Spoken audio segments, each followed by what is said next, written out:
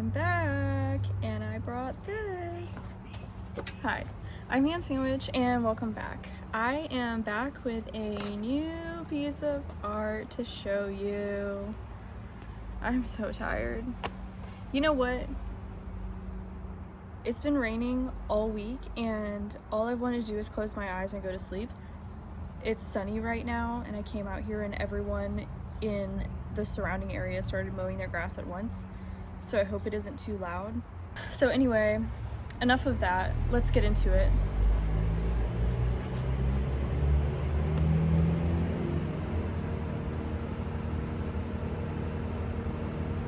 I don't think that's a truck actually, I think it's a huge machine, so I think we're gonna have to go inside. That's gonna be too loud. I don't know if you can still hear the machine even from inside, but nevertheless, I created some art. I have been sort of dealing with this thought that keeps coming to me, what if I run out of ideas? And that's troubling because I've hesitated in the past to start a project that's a series of more than one or two pieces because I worried that I not only would lose steam, lose interest in it or whatever and want to switch to do something else, but that I would just run out of ideas. And part of that is that when I was really working on my animal project, doing a bunch of animals, different animals and writing things about them, I started fearing the sort of repetition of it, of being able to make each one different and unique and stand apart from the others, because it started to kind of feel like they were all bleeding together. For this project, the working title of it's still Philosophy Feathers. I don't really like that title very much anymore and I haven't come up with a new title, but I decided that I was gonna make these 6 pieces, each one representing a different philosophical concept that I sort of personally grapple with, but by the second one, I was already feeling like it was a little too educational and not personal enough. I was already feeling like it was too infographic and not enough me creating something from myself. And that's what I was fearing it leading towards, even if the ones that I was already doing weren't quite that. I think they were quite personal, but I sort of worry doing a different philosophical concept, it's oh, I'm having to research it, I'm having to do a bunch of reading about it and then kind of figure out how to apply it to how I'm thinking, feeling, believing, and then share it with you. I decided that that's not really what I ever wanted to be doing, and I started regretting the project as a whole, and I couldn't come up with any better ideas, and I was like, oh no, here we are.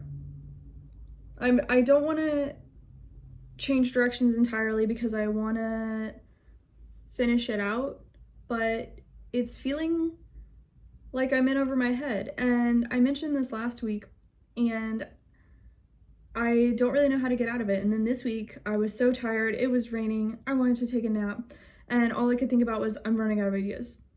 So in the spirit of transmutation, I created this about running out of ideas. It's not the first piece of its kind. I have sort of had this feeling before, a little bit different. I felt like I was taking my art too seriously. I was really hung up on that when I was creating my cartoons. And so I created a cartoon basically just saying that I'm taking my art too seriously. I'll show it here. And, you know, I got over it. It was kind of like saying that, putting it into the art, putting it out there, I could just kind of move on. And it wasn't my favorite thing that I've ever made. It's not the best work I've done, but what it did allow me to do was move forward. And I'm really hoping that that's what this piece can do, is to just help me get over this feeling of I'm gonna run out of ideas. If I can just make something out of it, then the idea itself is now used up and maybe I can move on. So today I want to talk about how I created this one, I've just spent a little bit of time talking about the idea behind it, and now I want to tell you how I made it because it is a little bit different than the previous ones. If you see my other ones, I sort of started with the taped off border, and I would do a watercolor background and then cut and glue the cartoon on top of it. For this one, I decided, since there were, I'll show you my planning. This is what it sort of looks like when I'm planning the cartoon, and I make some notes here, and then I just draw out almost like the essence of what I want it to look like. And for this one, as you can see, it's pretty busy, and I wasn't sure that it would come across very well on the watercolor background. It might be too much to look at, it might be a little bit too overwhelming.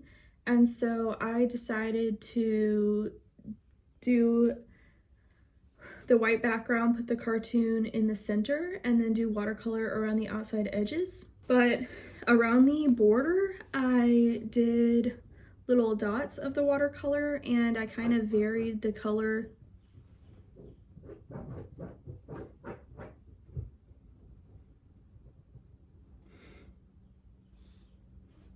Are you done, miss?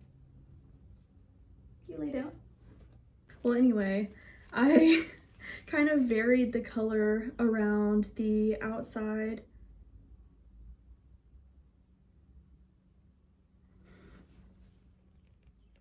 Anyway, as you can see, I did the watercolor border around the edges by doing dots, and I thought of those because the other day I made this, and I put all these teeny tiny little dots in here. I love you, Stinky. I love you, Miss Stinky. I think I was talking about the watercolor dots around this border. I decided to do these because when I was making this sketchbook page the other day, I did all of this stippling, I guess, in the alarm clock part, and I sort of had that on the brain when I was making this, so I wanted the same kind of effect using the watercolor. Some of the dots, I used two different colors, red and orange, and I wanted to make it like a variation of the colors around the border, big and small, light and dark, and it turned out really good. The trouble came when I was finishing up the center part. I got it on my hand from the edge and smeared it across, and I used a white gel pen to fill in where all of the red and orange got on here, and it worked pretty good. I would say from afar you can't tell, which is fantastic. I even tried using a brush with just plain water on it, trying to get it off, and I could only do so much. Unfortunately, when I was bringing this in here to make this video, my thumb must have been damp because I got more on there too. I think I'm gonna do the same thing with this part and go in with the white gel pen because it's not too bad, and it's on a part where there's not any drawing.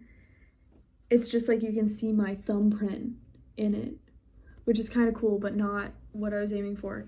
So, did the watercolor border, did the cartoon on the inside. Something that I tried with this one, I used to make my cartoons in my sketchbook, and I would use let's see, I don't think this is the exact color I used, but I would use these gray alcohol markers to add shading.